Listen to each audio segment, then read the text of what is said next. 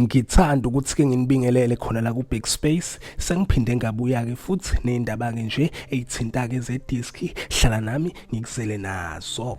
Ngiphethe-ke namhlanje udaba-ke oluthinta uMaswanganye naye-ke lapha uSipho Chain.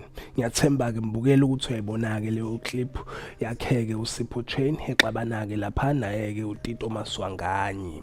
Le nto-ke yenzeke-ke izolo ngenkathi i-Orlando Pirates idlala nayo-ke lapha i-Golden Arrows. Kodwa-ke yenzeke emva komdlalo ukuthi-ke uphele. Babeke nokugejana njengoba kubona-ke lapha kwi-clip. Babeke nje impela-ke nokungazwani. Asazi-ke noma-ke lento iqale ngenkathi-ke kusadlala-ke igame and kubukeka sengathi-ke impela lokungazwani nokugejana kwamagama into-ke vele eqale-ke during igame, of which-ke into enormali-ke kubadlali bebhola. Abadlali bebhola-ke banakho-ke vele ukungaboni ngasolinye, banakho ukugejana bengazwani, kodwa kuba yinto-ke ephelayo. Lena-ke iyaxaka ngoba-ke kuyabonakala ukuthi-ke even-ke emva komdlalo babeke nokungazwani, kubeke nokugejana kwamagama. Uyabona ukuthi bese kusele khona ukuthi-ke bebambane ngezandla. Abadlali baloko ibhakabhaka bazamile ukuthi-ke bekhona ukukhuluma nabo, even naye-ke lapha ucoach uWadu ukuthi-ke bengajampisi phela ukuthi hey nakho senixabana phambi kwabantu, phambi kwabalandeli, phambi kwe-TV,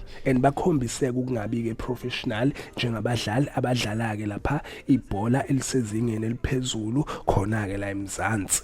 And-ke siyathemba-ke ukuthi-ke into-ke bazoyilungisa-ke le beyiqembu i-Orlando Pirates. Abalandeli bayo-ke i-Pirates abaningi-ke lapha bahlasela yena-ke uSipho Chain, bakhala ngaye bathi-ke une-attitude, uyayitshela, bakhuluma nje izinto-ke ey'ningi ngaye-ke lapha uSipho Chain social media. Bablema yena kakhulu bathi-ke uyena-ke lo, uye nje lo hlezi exova izinto kulona-ke iBuccaneer, bathi i-attitude yakhe iyabheda. So injalo-ke mbukeli, lona-ke lolu daba ade ngiphathele lona, udaba-ke nje osematheni oluthinta-ke abadlali baloko ibhakabhaka.